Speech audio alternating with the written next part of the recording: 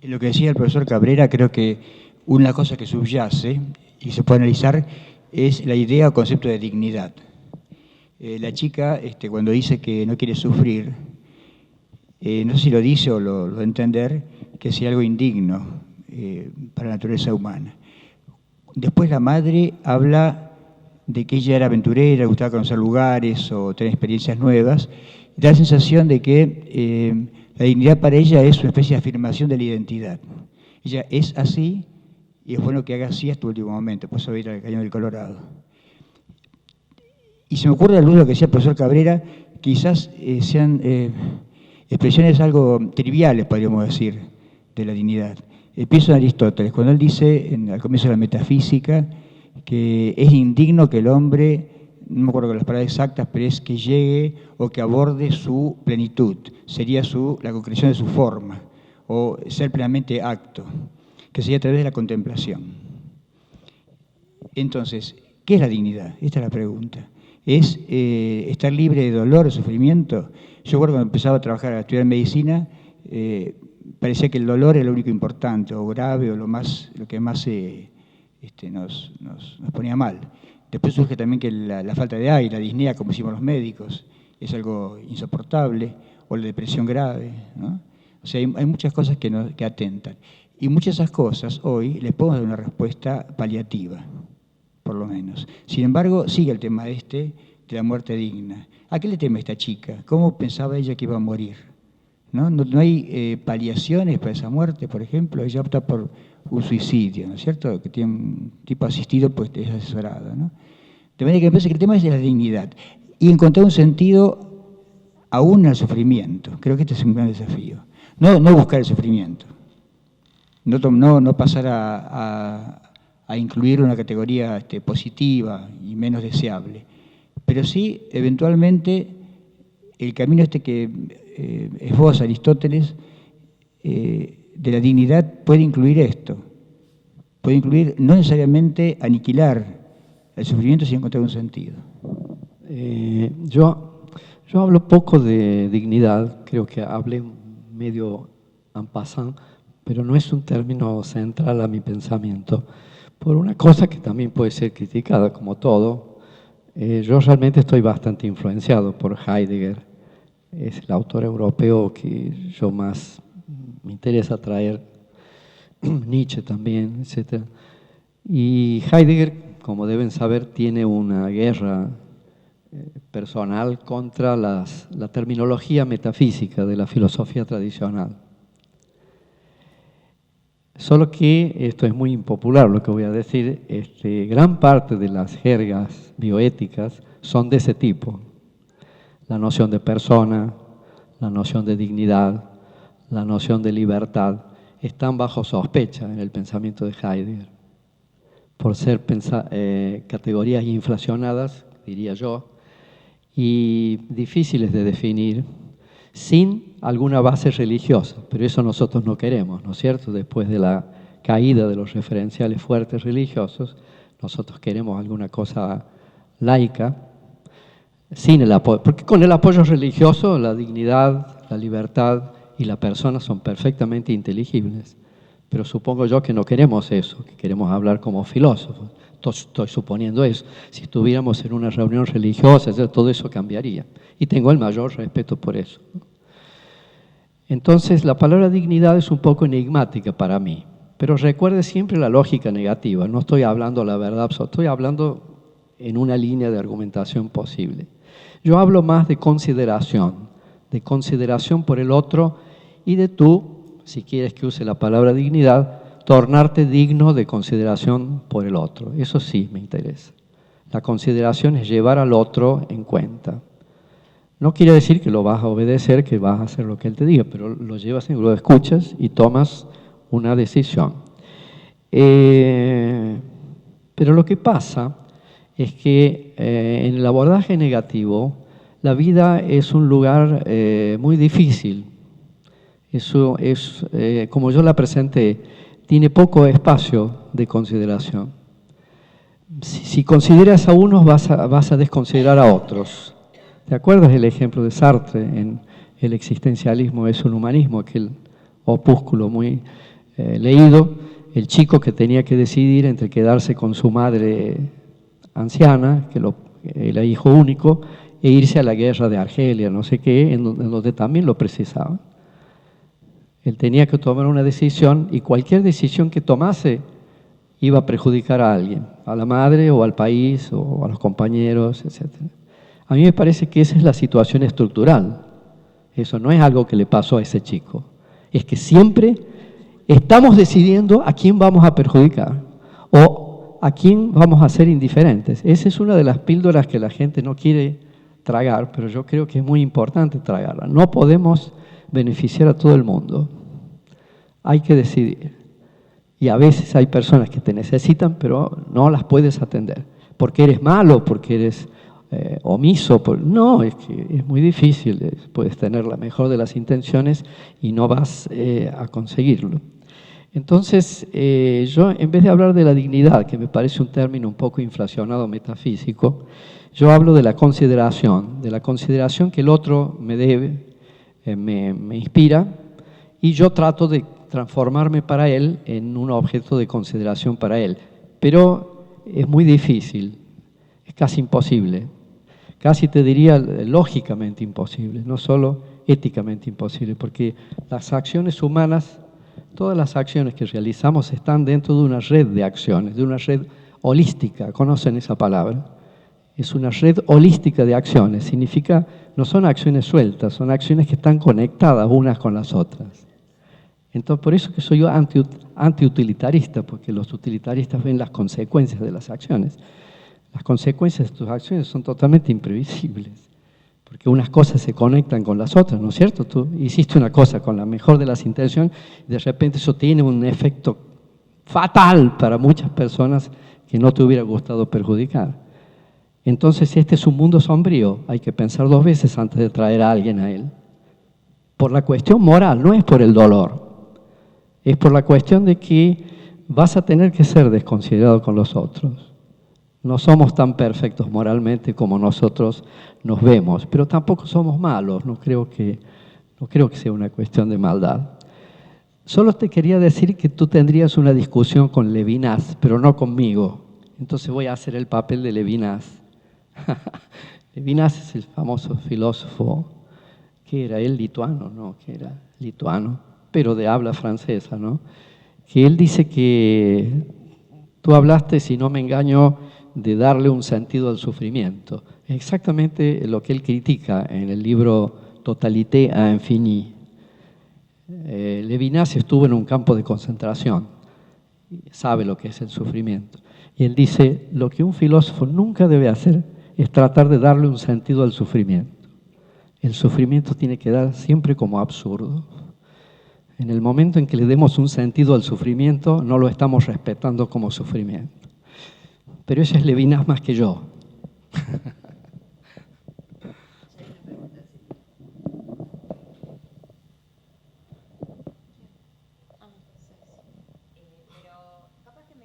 Bueno, yo me sigo preocupada por el problema de los otros y la relación que usted plantea, y quisiera volver a la definición, antes que tomar un tema puntual de la eutanasia o el aborto, volver a esa definición que hacía usted sobre esa concepción estructural de la vida, que sería una concepción totalizadora de la vida, donde usted señalaba un valor sensible que se le puede dar a la vida en el sentido de buscar una vida buena y por otro lado buscar un valor moral de la vida. Ahora bien, cuando uno habla de moral, y usted hacía mención a la construcción de valores, esos valores no son una construcción individual, son una construcción colectiva y son una construcción social. De modo que referirse a yo puedo considerar al otro o yo debería pensar al otro, me da la idea, me suena, y perdón la expresión, a un solipsismo moral, porque lo que se construye no es individual, es una construcción colectiva, es una concepción de la vida construida entre todos, independientemente de cómo sean tratados esos problemas en forma individual. Bueno.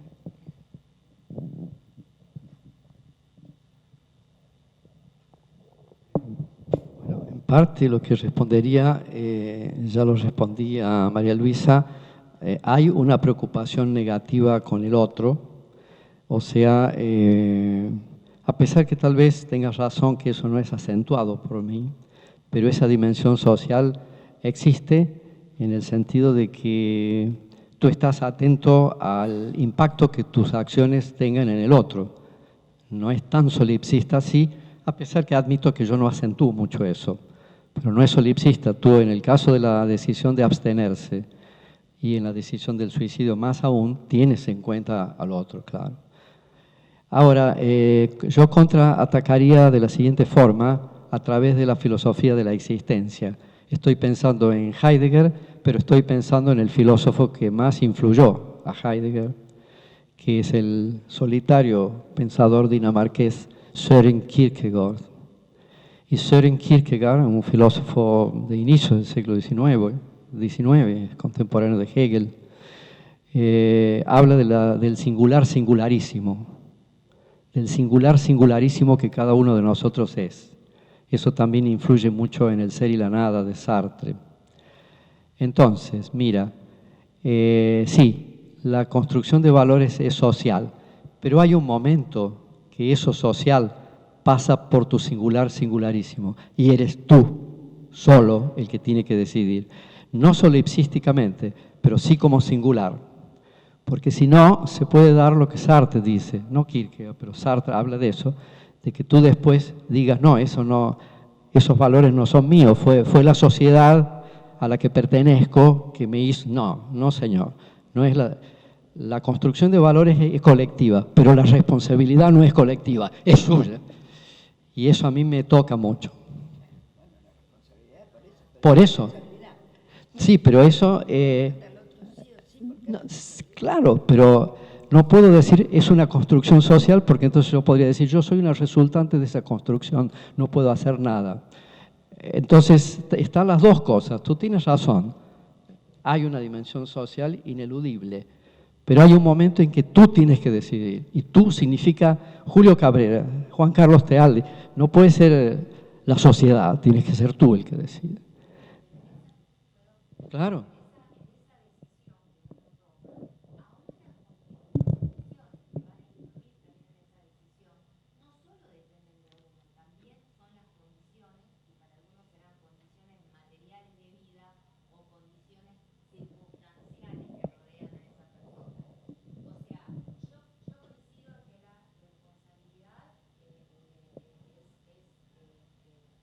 Singular.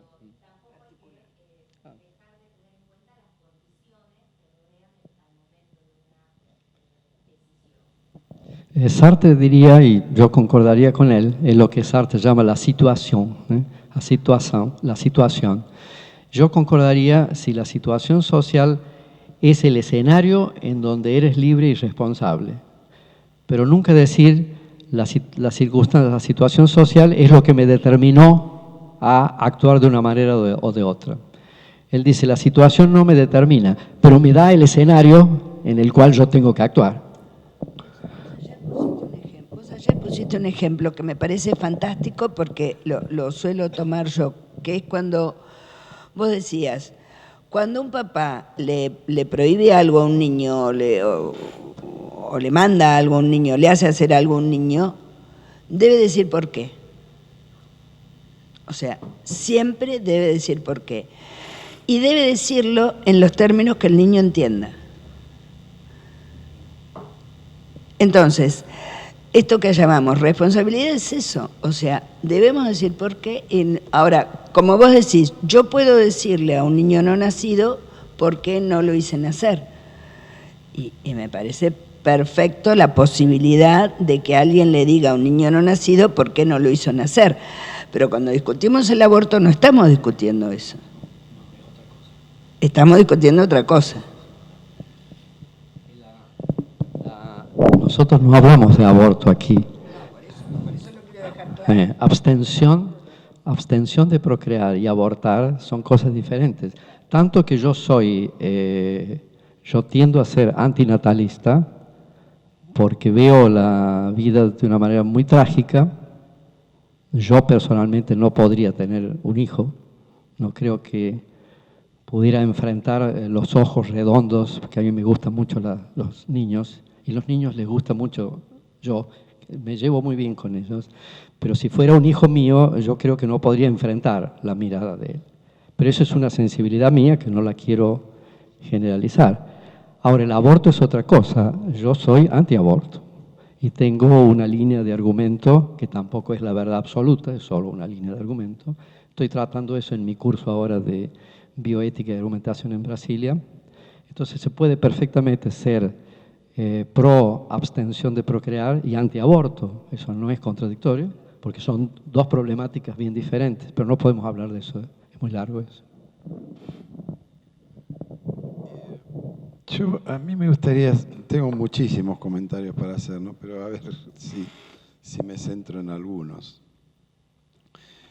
En primer lugar, yo me gustaría centrarme en la cuestión de hablar de ética y hablar de bioética. Tú hablas, yo diría, sobre todo de ética, desde la filosofía. Ahora, querer dar cuenta de la bioética desde la ética filosófica, yo creo que es una inflación, para usar tus términos. Creo que la bioética, por lo menos, es un entrecruzamiento de campos normativos, donde la norma ética obviamente está en juego, donde está, y habrá que ver también qué lugar ocupa y demás, pero la norma jurídica, es decir, lo que debemos hacer según el derecho, y seríamos penados en caso de no hacerlo, lo que debemos hacer en términos desde la norma médica, que mide en términos de eficacia de los resultados, y es utilitarista en esto, y es parte de la realidad. Y decir todo esto en el sentido de que la bioética, tiene varias características, se pueden discutir, pero creo que bastante extendido está. No hay bioética que no se ocupe de resolver problemas, de decir qué hay que hacer, y qué hay que hacer en un tiempo y en un espacio concretos, digamos. Esto no es, por eso, por ejemplo, no hay posibilidad de argumentaciones interminables en bioética. No hay posibilidad. Del mismo modo que no la hay en medicina. En medicina no existe la posibilidad de tener argumentaciones interminables. Es decir, y no existe ¿por qué? Porque hay otros. Porque hay otros. Porque quien quiera hacer bioética y hablar de bioética se pone en un lugar frente a otros. Se pone en un lugar frente a otros. Y si no, se tendría que correr, no hablar, no enunciar la palabra bioética o ética, no decir nada, y bueno, sería otra historia. Pero quien quiera hablar, no solo ya tiene que asumir una responsabilidad, tiene que dar cuenta y tiene que llegar a una conclusión. Que en esos términos va a ser o afirmativa o una de las preguntas que caben, ¿por qué no imaginar, no es cierto?, la negación de la negación? Porque yo veo tu planteo de ética negativa frente a la afirmativa, me huele mucho a un primer movimiento hegeliano, digo, pero bueno, la síntesis no es posible, decía, hay que plantearlo en estos términos, por un lado.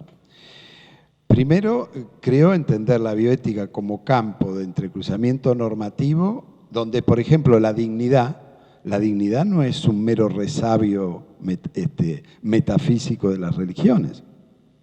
La dignidad en bioética, concretamente, no se puede evitar tomar el marco del derecho internacional de los derechos humanos, donde dignidad es un concepto preciso, no metafísico, como tuvimos que ver en las discusiones sobre la Declaración Universal, donde alguien esgrimió esto y alguna filósofa quiso cuestionar el concepto de dignidad, y un juez australiano dijo, mire, está llena la jurisprudencia del derecho internacional de lo que significa el concepto de dignidad.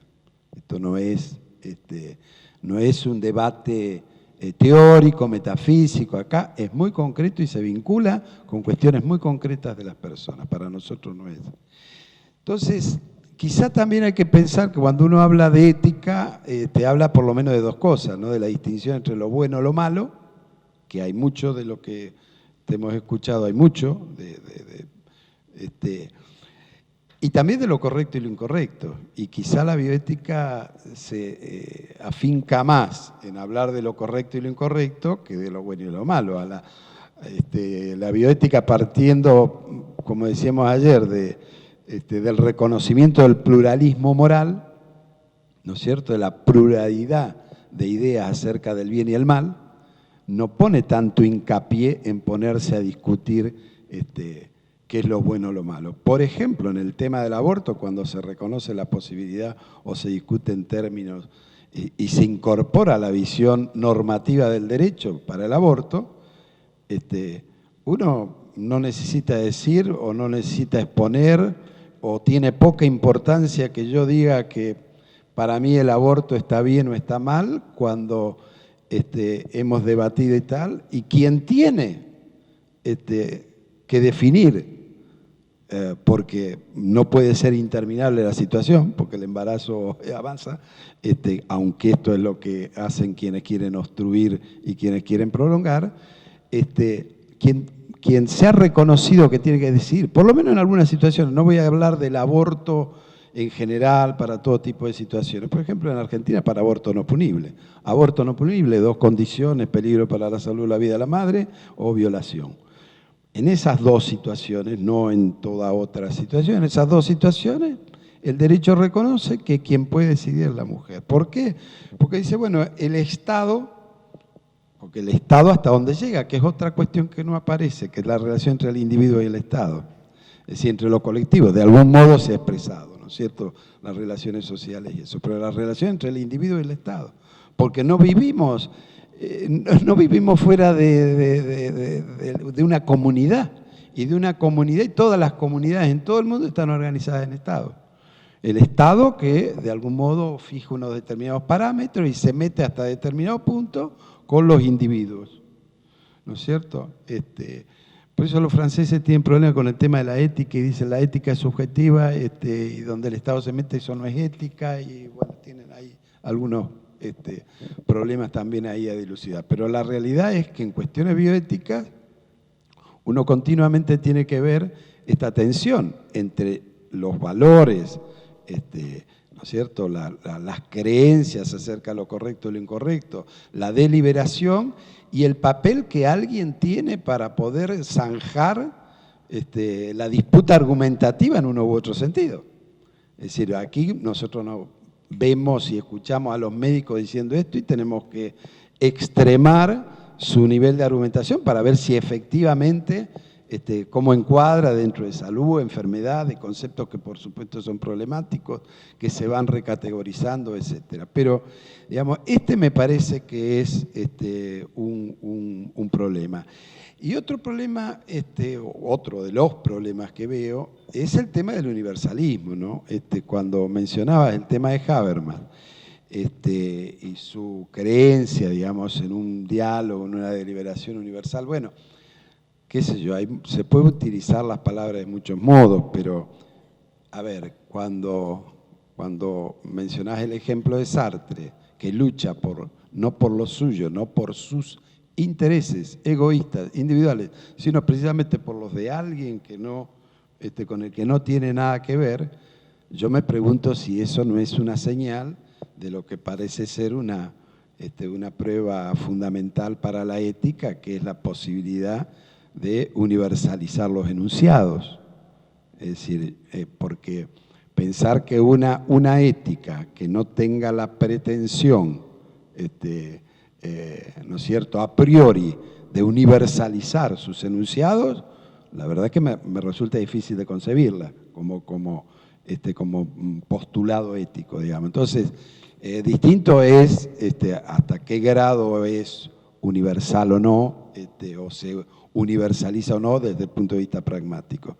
Pero desde el punto de vista prescriptivo, yo diría, desde el punto de vista no ya normativo, por esto de decir que hay distintos tipos de normas tal, pero desde el punto de vista prescriptivo, éticamente prescriptivo, yo creo que digamos, la persecución de la universalización de los enunciados es básica. Entonces, estos son algunos de los problemas que se me cruzan.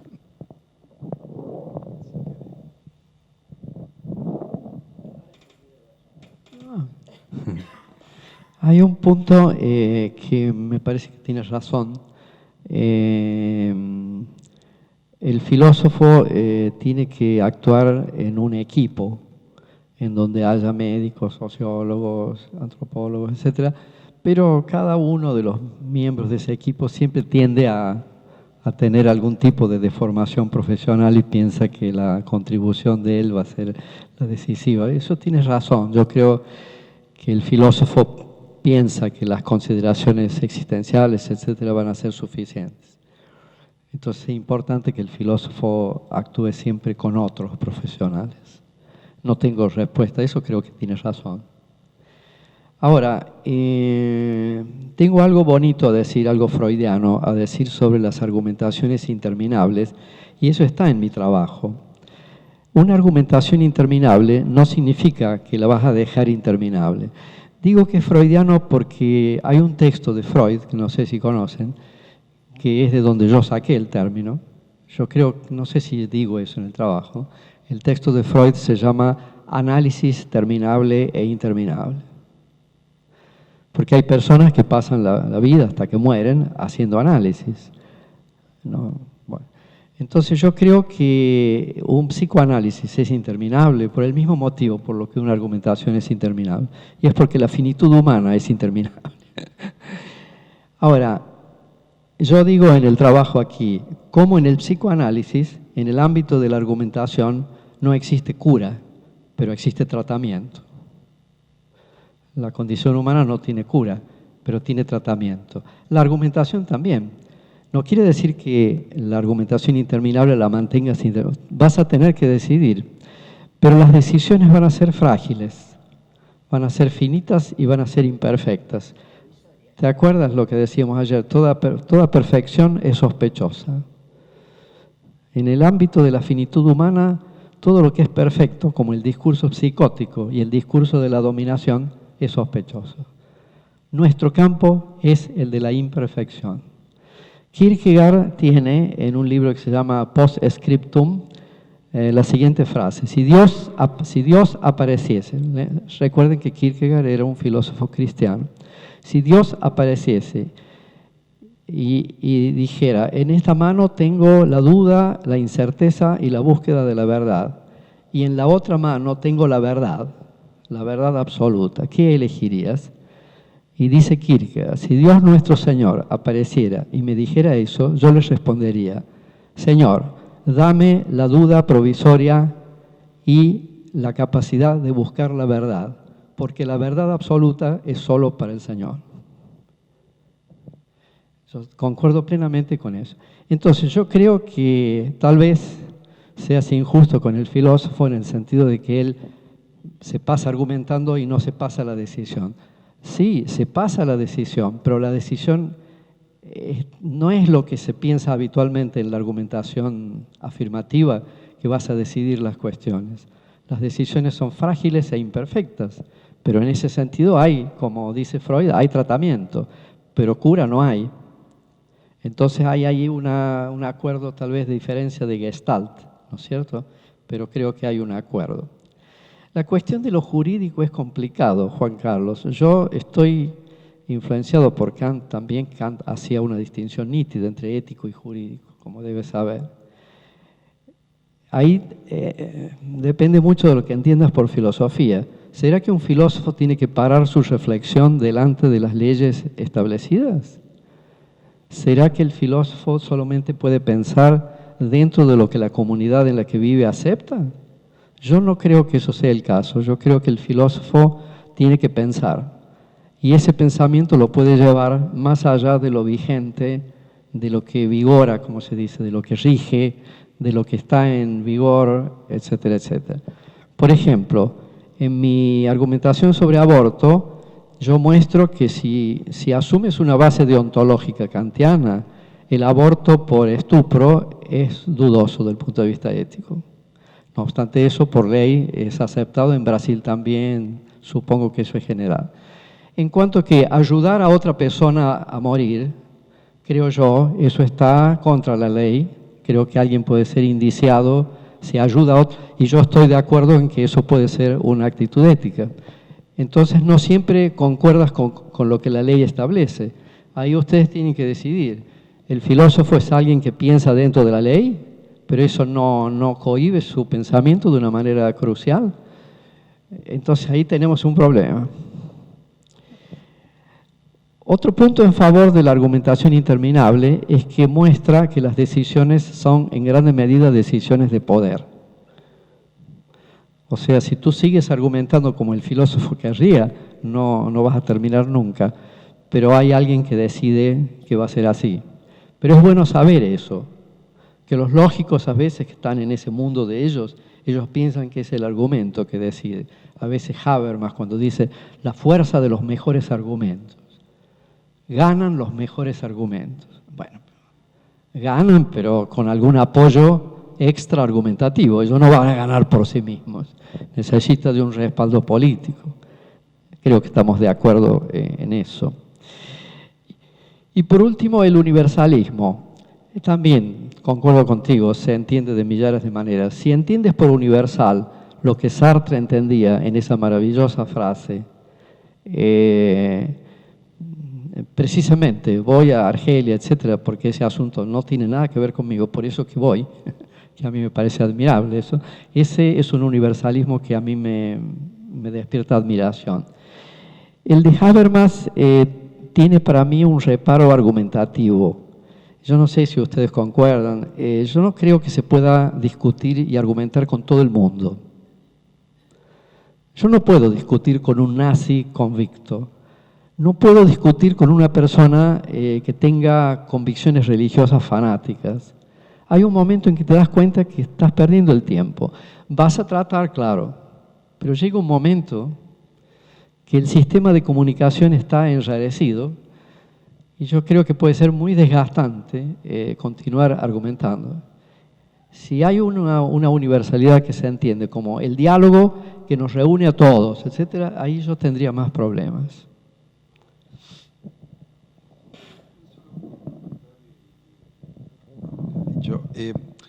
En ningún caso pensé, no sé si en alguna de mis palabras se pudo entender así, mencioné al filósofo inicialmente en el campo de la bioética, pero no, yo no tengo un ataque contra el filósofo, en ningún modo, y menos en bioética y tal. No, yo lo que tengo críticas y reparos es algunos modos de filosofar, que es distinto. Te diría más, contigo personalmente o con tu modo de filosofar personalmente y conociéndote y viendo también la amplitud de criterios y tal, yo no tengo objeción. Pero el concepto de argumentación interminable puede ser usado, y de hecho es usado, por muchos en un sentido muy distinto. En un sentido muy distinto. Que abre la posibilidad, y que la están abriendo cada vez más. Por ejemplo, en bioética se ha abierto el campo hacia unos bioeticistas que ya han empezado a relajar, a suavizar su postura crítica frente al desarrollo científico-tecnológico. Y para eso, entre otras cosas, postulan, bueno, todo es discutible. para empezar, todo es discutible. Todos los conceptos son provisorios. Todos los conceptos, cualquier concepto se puede poner a discusión.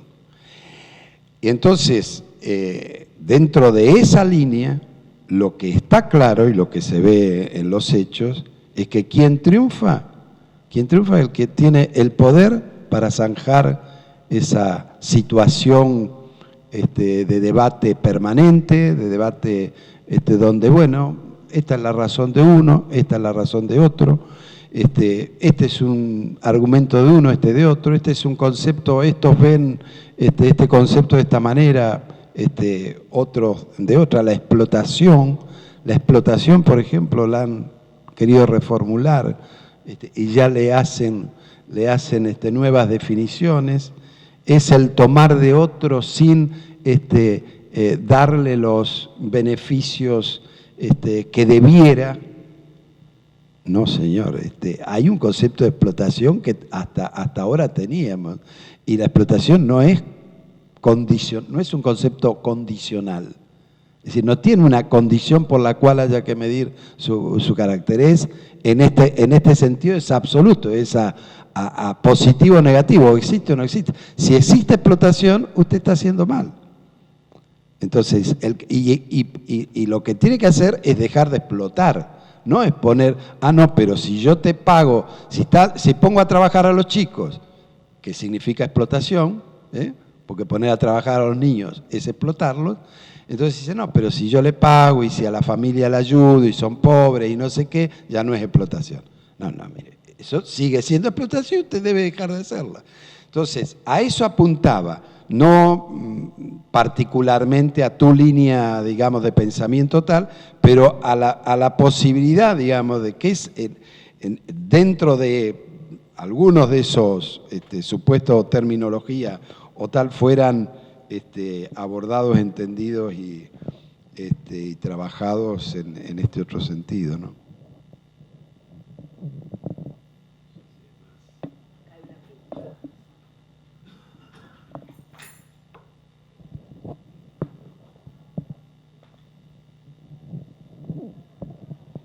Sí, una pregunta, un comentario breve. Julio Cabrera, ya hace un tiempo, y Juan Carlos lo sabe, es bibliografía en la Facultad de Psicología de la Universidad de Buenos Aires. Primero su libro sobre 100 años de filosofía y ahora Eutanasia poética, etc. Y creo que la referencia a Análisis Interminable es muy productiva, tal como lo ha fundamentado. También seguramente la referencia a Lo perecedero, un texto de Freud de 1914, pocos meses antes del inicio de la Primera Guerra Mundial, en que Freud dice explícitamente que la muerte es la sal de la vida, que la muerte es la sal de la vida, y afirma que deben haber pocos actos tan vitales como la muerte, discutiendo con todos aquellos que consideran injusto que las cosas bellas del mundo terminen. Freud dice que gracias a que la vida tiene un límite, a que la vida es finita, es que podemos disfrutar como disfrutamos humanamente de ella. Y entonces la pregunta es, ¿qué otros diálogos hay en la obra de Julio Cabrera con el psicoanálisis, además del que mencionaste? ¿Cómo es su nombre? Nos conocimos por email. Claro. Bueno, mucho gusto.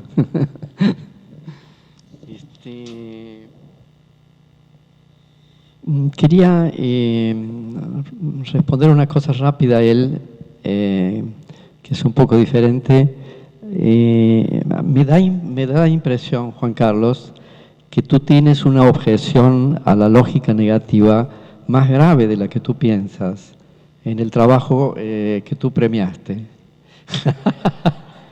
Porque si es verdad lo que dices, me dejó muy impresionado sobre la explotación, tú crees entonces que hay ciertas verdades absolutas y por tanto que una de las partes tiene razón y la otra no.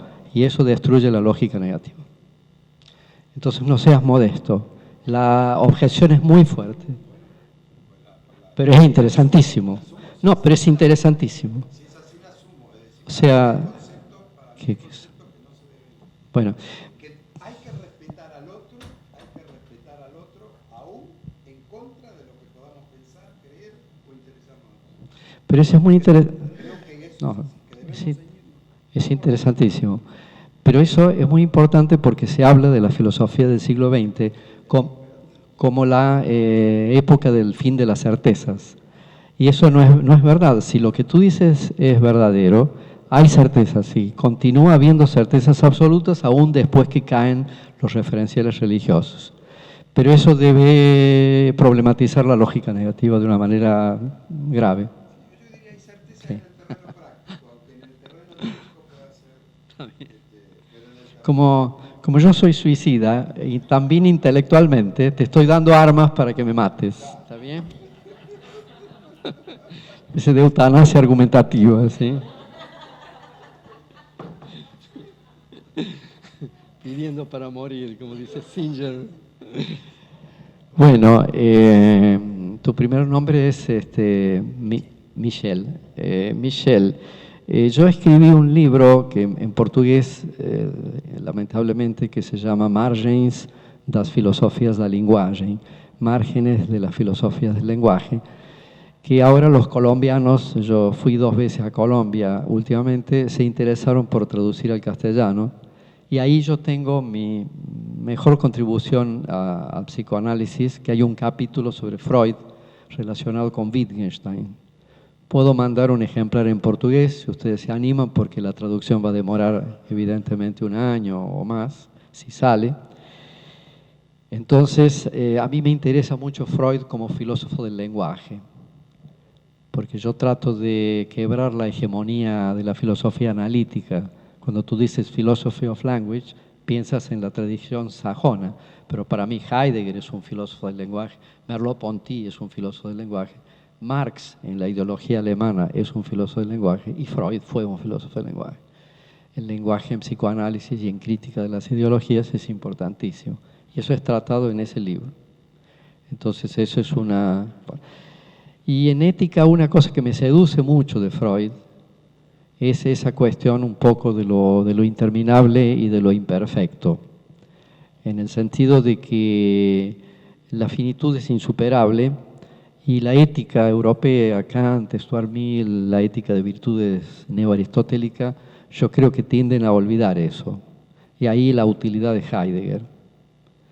¿No? En los seminarios de Solikon, Heidegger dice a los psiquiatras eso, que el paciente es Dasein, el paciente no es un objeto, es un existente con proyectos.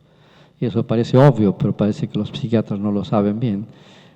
Es gracioso, leíste los seminarios de Solikon, es gracioso porque a mí me da la impresión que Heidegger iba semanalmente o mensualmente a Solikon y siempre decía las mismas cosas.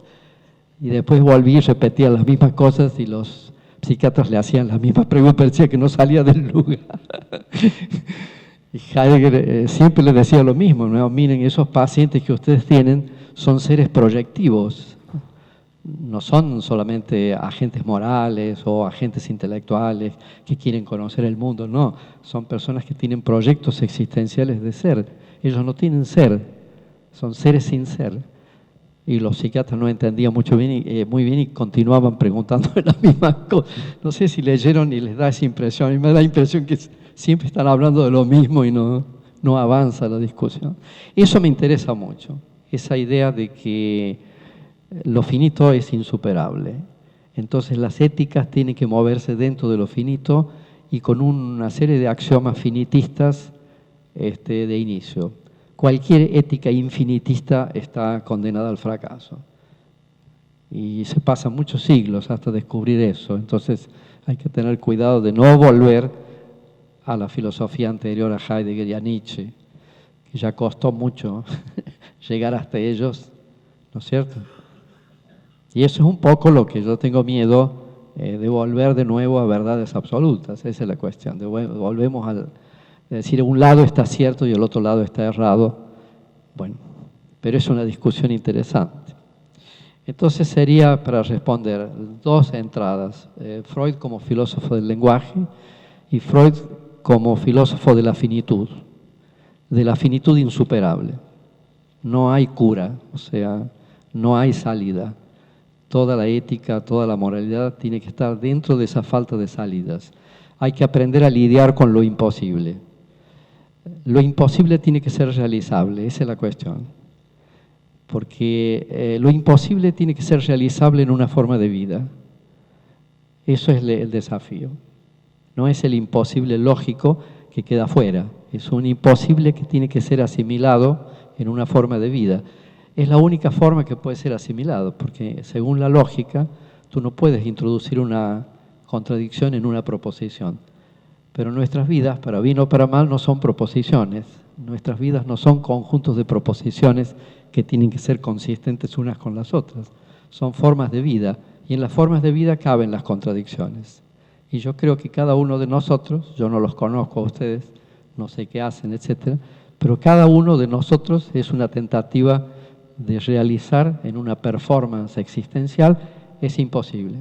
Y eso sí me seduce de Freud.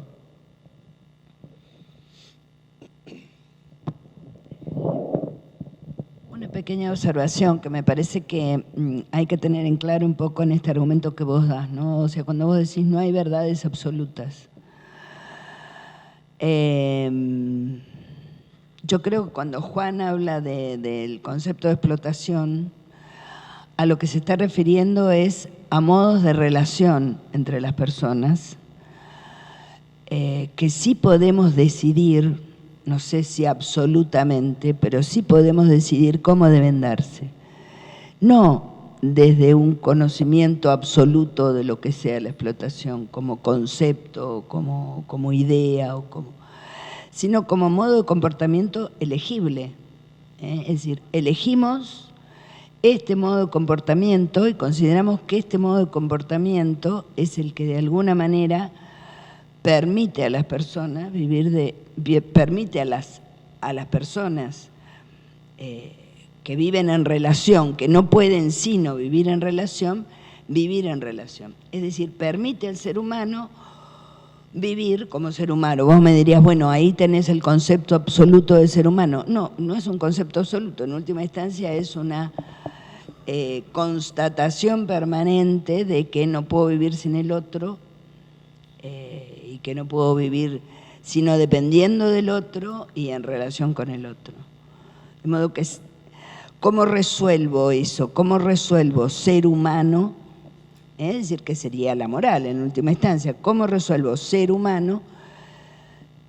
¿Cómo lo resuelvo? ¿Explotando al otro o lo resuelvo respetando al otro? Esa sería la pregunta. Entonces, no es una cuestión de conocimiento absoluto, de conceptos absolutos desde el punto de vista, uno podría decir, bueno, lingüístico, o sea, que tengan, digamos, un significado único, ¿tá? Sino que son conceptos, uno podría decir, bueno, que terminan siendo operativos en esto, ¿no? Es decir, el lenguaje como elemento operativo, como elemento transformador, constitutivo de la realidad, vamos a decir, no, para no decir transformador. O sea, el lenguaje como lo que constituye la realidad. Entonces, si yo digo, las relaciones las voy a establecer desde la explotación, estoy constituyendo una realidad diferente que si digo las voy a establecer desde el respeto. No sé si me explico en lo que... Y con la lógica. Pero tiene que ver con la lógica. Lo que me interesa es la relación con la lógica, porque cuando tú dices elegible, tú ahí debilitas lo que Juan Carlos dijo, porque elegible vuelve a la lógica negativa. Si es elegible, puede no ser elegido. Bueno, está bien, pero yo había entendido que en la cuestión de la explotación, una de las partes tiene razón y la otra no. Eso es contra la lógica negativa y eso es interesante. Pero lo que pasa es lo siguiente, cuando tú dices, hay una cuestión de gestalt, que es lo que tú comentaste ayer cuando explicabas muy bien mi trabajo. Lo que tú ves como explotación en tu gestalt, en la gestalt del otro, supongamos que el otro no sea un sinvergüenza, sea un argumentador honesto, puede no verlo como explotación, puede verlo, por ejemplo, como una fatalidad. Supongamos a alguien que cree que la humanidad no pudo desenvolverse sin esclavitud. Hay muchos sociólogos serios, etcétera, que tratan de defender eso. Fue una cosa horrible, pero la humanidad precisó, dice esta persona, de la esclavitud para que, bueno, tuviéramos lo que tenemos hoy. Hay un historiador brasileño que es Caio Prado Jr., que tiene una tesis parecida sobre la proletarización actual. Él dice la situación de proletarización es lamentable, los salarios mínimos son bajos, las personas sufren mucho, son explotadas, pero esa es una especie de estadio de la sociedad que tiene que ser superado después, que tal vez nos dé horror de aquí a algunos años, pero hay que pasar por eso. Bueno, yo no descarto que ese sea un argumentador honesto. No lo voy a llamar pro-explotación, etc. La lógica negativa deja al otro argumentar. Lo único que la lógica negativa no permite es darle la palabra al desconsiderado, al tipo que quiere matar a los otros. Ese no. Pero en cuanto él quiera defender una idea, por ejemplo, de que no hay explotación actualmente, vamos a ver cuáles son los argumentos que tiene. Si yo lo escucho y anoto y pongo mis contraargumentos, etc. Lo que yo tengo miedo de volver a la lógica afirmativa es decir, no, mira, yo sé que hay explotación, esa es la verdad. Entonces lo que tú estás diciendo está errado y va a ser una cuestión de tiempo descubrir dónde está el error. No quiero volver a eso, esa es la cuestión, me da miedo eso. Yo quiero oírlo al otro. Bueno, pero él tiene un concepto y tú tienes otro, esa es la cuestión de lógica negativa. No hay un concepto de explotación. Lo que pasa es que lógica, a ver, al hablar ya de argumentación, también hay argumentaciones. No es lo mismo la argumentación, por eso volvemos al tema de la ética y la bioética. La argumentación ética es un tipo de argumentación. La argumentación científica es otro tipo. Y cuando empezamos a abrir la rama de la ciencia, la argumentación sociológica o histórico-sociológica, que puede ser la de un señor como este, es un tipo de argumentación. Si yo le voy a querer discutir una argumentación histórico-sociológica desde el terreno de la ética, me parece que estoy mezclando dos campos de argumentación, que son distintos. O sea, no hay un solo campo de argumentación. Hay distintos campos de argumentación. Bueno, eso coincidimos. Entonces,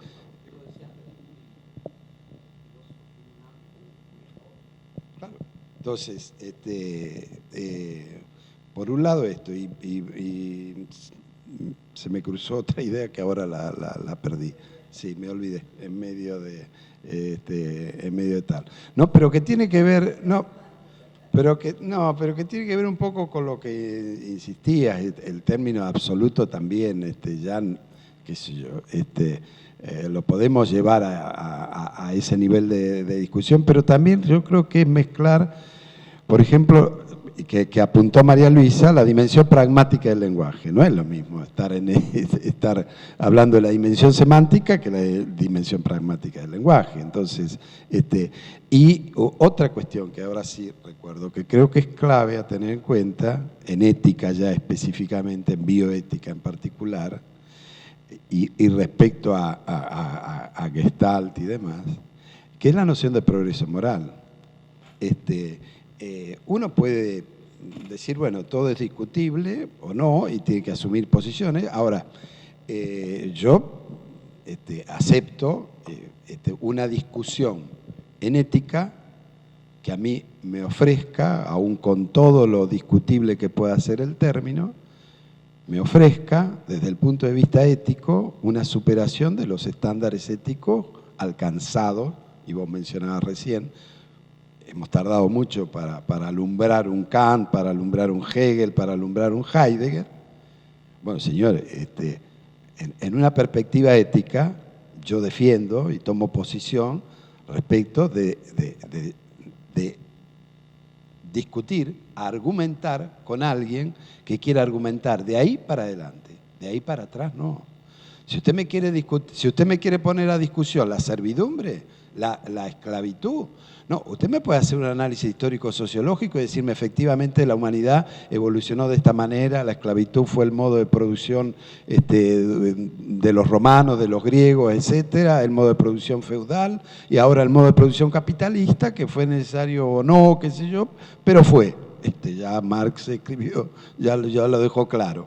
Fue. Ahora pensemos qué otro modo de producción posible podemos tener hacia adelante. Bueno, esto éticamente creo que hay que pensarlo, ¿no? La noción de progreso moral, porque si no arrancamos como de cualquier lugar. Y lo de la Gestalt, que yo decía, lo que decía Nicolás Reicher, por ejemplo, es, una cosa es empezar en bioética aceptando, no solo aceptando, promoviendo, defendiendo y exigiendo el reconocimiento de las diferencias que en un encuentro cualquiera de debate bioético se dan, de hecho, es decir, todos entramos al debate bioético con distintas visiones acerca de lo bueno, de lo malo, de lo correcto y lo incorrecto.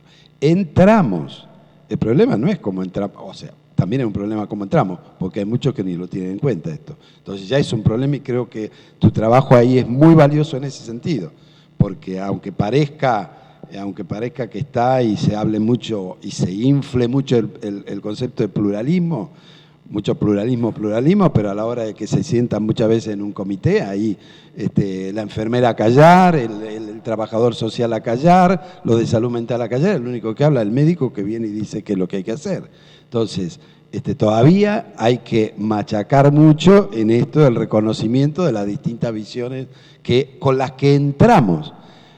Pero creo que lo que no hay que perder de vista como objetivo y como propósito sexto de la argumentación que mencionás por ahí, el propósito, es decir, yo el propósito tengo que resolver la cuestión, tenemos que tomar una decisión. Es decir, en bioética tenemos que tomar decisiones o tenemos por lo menos que sugerir qué decir, no tomar, porque muchas veces los que tienen que tomarla son los pacientes, los profesionales de la salud, etcétera. Pero opinar por lo menos qué es lo que se debería hacer. Y en ese sentido creo hay que empezar a salir, porque no podemos decirle, bueno, mire, acá tenemos 12 visiones respecto de su problema, elija. Porque en cierto modo también es irresponsable, porque si yo me pongo la bata de médico, bueno, ¿para qué estudie medicina y para qué salgo a hacer medicina? ¿Para qué alguien venga y me diga, doctor, tengo un problema de salud, de tal cosa? No, mire, yo le puedo ofrecer acá 12 alternativas. No, pero dígame qué dice la medicina. ¿Qué es lo que han consensuado que es lo mejor que me va a curar o a mejorar la enfermedad y a salvar la vida? Porque ¿para qué están ustedes? Para tratar de curarme y de salvarme la vida. Entonces yo digo, y para eso hay que pasar, acá está el tema, ¿cómo pasamos de este estadio inicial a tal? Bueno, Reicher anuncia uno primero, que es, y que ha sido muy útil a lo largo de la historia, que es el mostrar evidencias empíricas. Las evidencias empíricas empiezan a aflojar bastante. Por ejemplo, han aflojado mucho del dogma religioso. Hasta dentro de posiciones más dogmáticas como es la religión, se ha tenido que ir ayornando porque le han ido pegando en la cabeza, ¿no es cierto? Le han ido pegando con evidencia. Mire, señor, no es la Tierra el centro del universo. No, pero no lo es. Bueno, tardará más o menos, señor, es el Sol el del sistema nuestro, por lo menos. Entonces creo que las evidencias empíricas también rompen con muchas visiones previas, ¿no?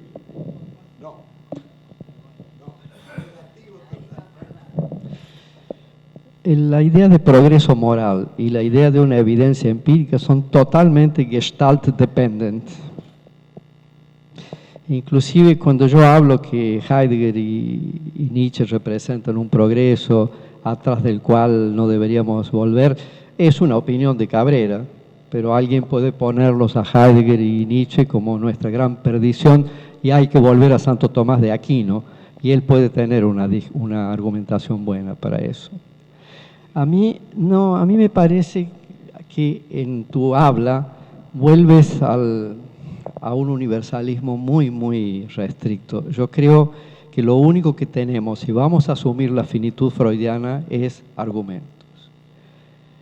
Entonces, yo puedo oponerme al explotador, puedo matarlo a Hitler, puedo entrar en la resistencia francesa, puedo entrar en la Revolución Cubana, puedo tratar de derrubarlo a Fidel Castro, pero no lo hago en nombre de la verdad. Esa es la cuestión. Lo hago simplemente en la verdad absoluta es un lugar vacío. Un lugar vacío, ¿me dejas terminar? Un lugar vacío freudiano-lacaniano. Es nuestro lugar vacío de la finitud. No hay nada que se pueda colocar como progreso moral o evidencias empíricas si no es a través de una argumentación sustentable. Pero no hay un lugar desde el cual se pueda decir eso es realmente lo real. Pero eso, tú sabes que yo estoy muy interesado en la filosofía latinoamericana y en la cuestión de la filosofía insurgente, y creo que la explotación tiene que ser combatida y las injusticias combatidas. Pero la cuestión es desde dónde haces eso. Yo quiero dejar el lugar vacío de lo absoluto, como Kierkegaard decía, para Dios. Yo solo tengo argumentos. Quiero escuchar los argumentos del otro. Y voy a tratar de decir mi línea argumentativa es mejor que la tuya para esto, para otro, pero siempre a partir de mi finitud, de mi dependencia, de mi desamparo, etcétera, etcétera. Entonces, lo último que yo diría sería, no, mira, hay evidencias empíricas de que yo tengo razón. Las evidencias empíricas son totalmente dependientes de Gestalten. No están ahí en un espacio neutro que mágicamente van a ratificar tu punto de vista y van a condenar otros. Lo que puedes hacer es colocar tus argumentos. Debes colocar argumentos contra el esclavista, por ejemplo. Pero yo creo que puedes meterte en la resistencia francesa. Cuando vas a París, por ejemplo, debes haber ido, hay placas en donde cayeron los resistentes y dicen, bueno, aquí cayeron los héroes luchando contra la barbarie. No precisa decir eso.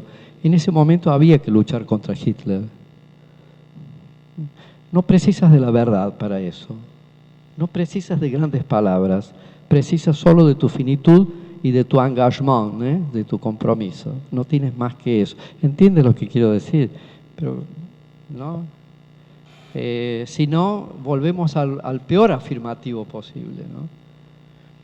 Ahora, concuerdo contigo en una cosa. Tú no puedes tolerar al intolerante. Por eso que el partido nazi no va a las elecciones, porque, bueno, claro, porque es un partido que quiere destruir a los otros partidos.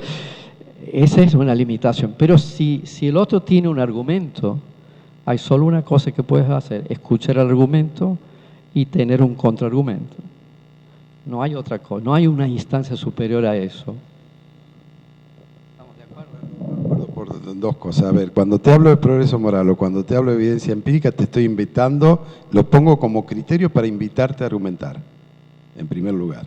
Es decir, en primer lugar, tú quieres discutir de ética, háblame en términos de progreso moral, en términos de evidencia empírica. Si quieres que discutamos. Si no, ese es mi criterio. Si no, yo no discuto contigo. O sea, si no, yo no discuto contigo. Si no discutes en términos de progreso moral y evidencia empírica, no discuto. Si me vas a decir, qué sé yo, que la luna es cuadrada y porque vos la ves cuadrada, bueno, está bien, está muy bien. Anda, conversa. Esta es una cosa. Exacto. Esta es una cuestión. Es un criterio, por un lado, ¿no?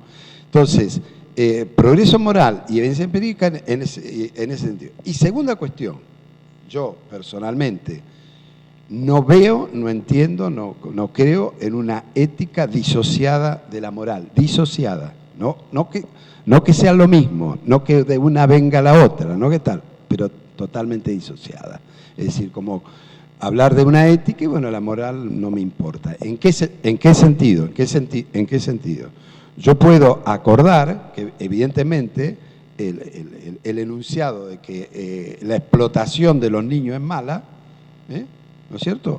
No sea más que un enunciado moral, que cabe aquí, inclusive en algunas sociedades o en algunos países hay unas tribus que pueden decir que bueno, está todo bien, es decir, empíricamente es verificable que son distintos. Ahora, lo que desde el punto de vista ético yo puedo hacer todas las disquisiciones. Desde el punto de vista moral, hay círculos, digamos, y si queremos hacer una ética, que fuerce la moral, pero que no la fuerce tanto como como para vivir solo, como para plantear un planteo de vida solo, porque la moral de última viene a plasmar acuerdos, logros, normas establecidas a lo largo de una, que pueden ser discutibles, por supuesto, es decir, lo que las asambleas nazis pactaron no tenemos por qué estar de acuerdo, y es más, hay que tratar de tirarlo abajo. Y cualquier otra cosa. Ahora, totalmente desprender, por ejemplo, yo digo, la moral de nuestro tiempo no es la cristiana, no está, son los derechos humanos, por lo menos desde la Segunda Guerra Mundial, la moral mayor de nuestro tiempo son los derechos humanos. No creo que haya una moral que haya sido fácticamente tan ampliamente consensuada, lo cual no quiere decir que llegue a todo y cada una de las personas, ni mucho menos, pero dentro de los acuerdos fácticos que las personas pueden lograr en este mundo en el que vivimos de manera finita, yo creo que es el más amplio logrado y que es la moral. Entonces, ¿los derechos humanos solucionan todo? No. Ahora, yo digo, antes de hacer un enunciado ético, no puedo perder ese marco de referencia en el cual estoy instalado. Estoy instalado en un marco de referencia. Entonces, ahí veo también que hay que ver la relación, digamos, a dar entre la ética y la moral, ¿no? Que es otra cuestión, que no había aparecido, pero que bueno.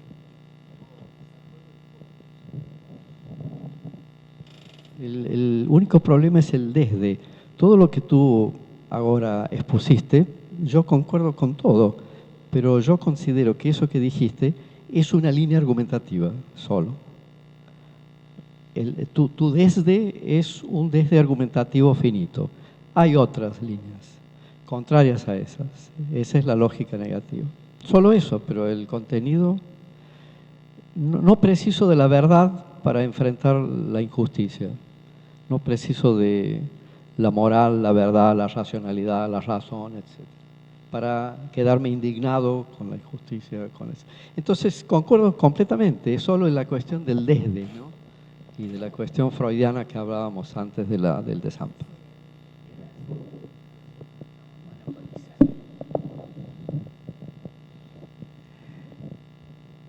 Yo vuelvo a esta última frase que acabas de decir, que era donde me había parado. Vos decís, no precisamos la verdad para luchar contra la injusticia. Entonces, ¿qué es deliberar? Deliberar es pararnos en una cuestión, es decir, movernos en una cuestión deliberativa, cognoscitiva, de conceptos y demás, que después tenemos que abandonar cuando vayamos a la práctica. O sea, ¿qué es deliberar ahí?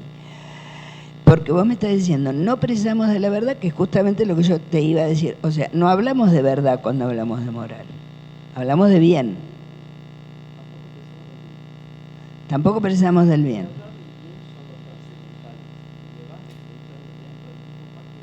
Sí, tampoco precisamos del bien.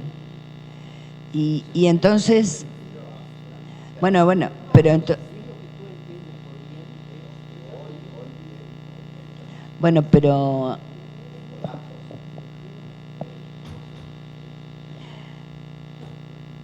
entonces tampoco no precisamos ni de la verdad ni del bien. Entonces, ¿de qué estamos, o sea, sobre qué estamos deliberando?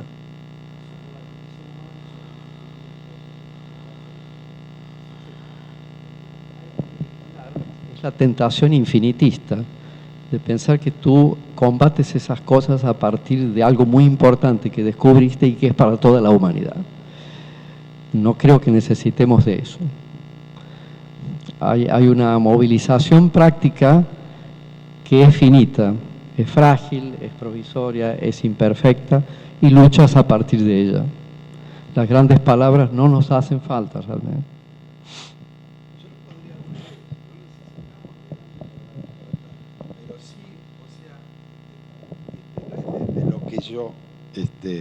diga lo que yo descubra, el concepto. No, te diría al revés, desde lo que los otros me muestran. Es decir, yo la injusticia no accedo por un tratado, por un concepto. Ahí puedo coincidir y hay otro campo que salió muy levemente, que es el de los valores. El valor no es el valor se capta intuitivamente, digamos. Y la intuición en la definición clásica es una captación inmediata, no mediata, inmediata de la verdad, si seguimos usando la palabra, no absoluta, de la verdad ¿para quién? A ver, las madres de Plaza de Mayo, y vos usabas ayer el ejemplo de este chico, el bailarín, mostrando, se muestran, digamos, también podríamos ir al hecho de el significado que tiene el ver en un acto, en una imagen, en una escena, dos cuestiones, por lo menos captar la diferencia de lo valioso y lo disvalioso, y esto no necesito ir a un libro, no necesito tener un concepto, al revés, llego al concepto de lo justo y de lo injusto, porque hay cosas que, digamos, me agradan y cosas que me desagradan, hay cosas que tomo y hay cosas que me repugnan. Y para esto no necesito que venga alguien y me demuestre que tal cosa es. Ahora, del valor llego al enunciado, llego, por supuesto, al deber, llego. Si me repugna ver a un chico que lo están castigando, ¿no es cierto? No es que capto de que hay algo malo, algo disvalioso ahí porque me lo dijo no sé quién. Porque me ofende visualmente y no necesito de nada para eso, más que de mi sensibilidad, ¿no es cierto? Hasta ahí vamos. Ahora, después de eso, hago un enunciado de deber, eso está mal, eso no hay que hacerlo. Le pongo un nombre, digo eso es abuso, eso es violación, le pongo nombre. Y esos nombres, a lo que voy, esos nombres son portadores, no son ya portadores de meras disquisiciones lingüístico-teóricas o lógicas y tal. Son portadores de una evidencia histórica y de una construcción histórica del concepto que tiene su peso y que se puede moler, por supuesto que se puede moler, pero va a haber que argumentar, y cuando haya que argumentar, va a haber que mostrar argumentos para ver por qué progresamos moralmente cambiando el concepto de violación y abuso de menores, ¿no es cierto?, por otro concepto que diga, bueno, ahora abusar de los chicos hay que quitar la palabra y podemos hacer con ellos, total, hasta los 6 años, hasta los 12 años, debieran estar bajo mandato de los mayores, ¿no? Entonces, a eso me refiero también, ¿no? Cómo se construye el peso histórico que tienen los conceptos y el surgimiento, y de dónde salen los conceptos. ¿De dónde? O sea, los conceptos no son meramente...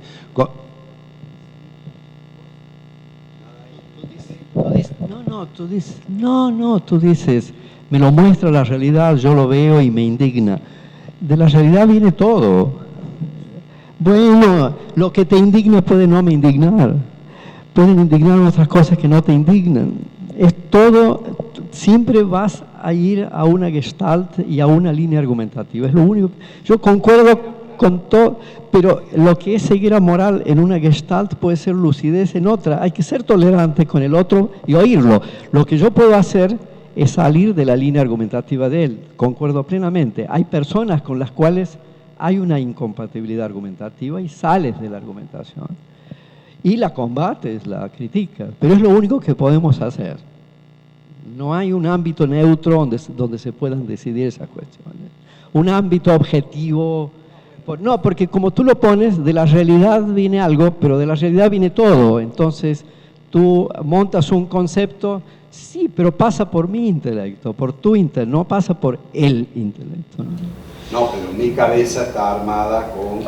pero es solo una y la tuya y la... No, no es solo una perspectiva. Tu cabecita se armó en base a una historia de pensamientos, razones e ideas y conceptos. Vos hablás por otros. Sí, pero o sea, no hablas vos solo, hablas por otros. Pero sos hablado. Hablas de muchas maneras. Sos hablado. Eres hablado de muchas maneras. Claro, pero sos hablado, o sea, somos hablados. Entonces, en este conflicto del ser hablado hay que un poco resolver No tengo más que decir, creo que está claro. Es solo una cuestión de procedencia de la argumentación, el contenido, yo estoy totalmente de acuerdo. Es la cuestión del desde. Bueno, como ustedes verán, los debates bioéticos se pueden tornar así, muy interminables, polémicos, vehementes, pero bueno, son debates. No hay nadie que quiera aportar nada. Debates intelectuales. Sí, ¿Quiere aportar algo? Aportar no, tal vez recordar un poquito, algo muy infantil. He entrenado a la filosofía griega y me llama mucho la atención cuando en el libro de Platón Sócrates, digamos, se suicida, pero como en función de todo un entorno, de todo algo holístico que le sucedía, y cómo de ser algo inmanente, él pasa a ser trascendente con su suicidio. Y que creo que habría que recordar, ¿no?, la altura que tuvo él para manifestarse ante su muerte. Él prefirió morir, pero con dignidad, palabra que veo que se subraya un poquitito, ¿no? Pero en el fondo, porque todos somos de una u otra manera, creo, ¿no?, una construcción social. Solo el hombre es solo un politicón.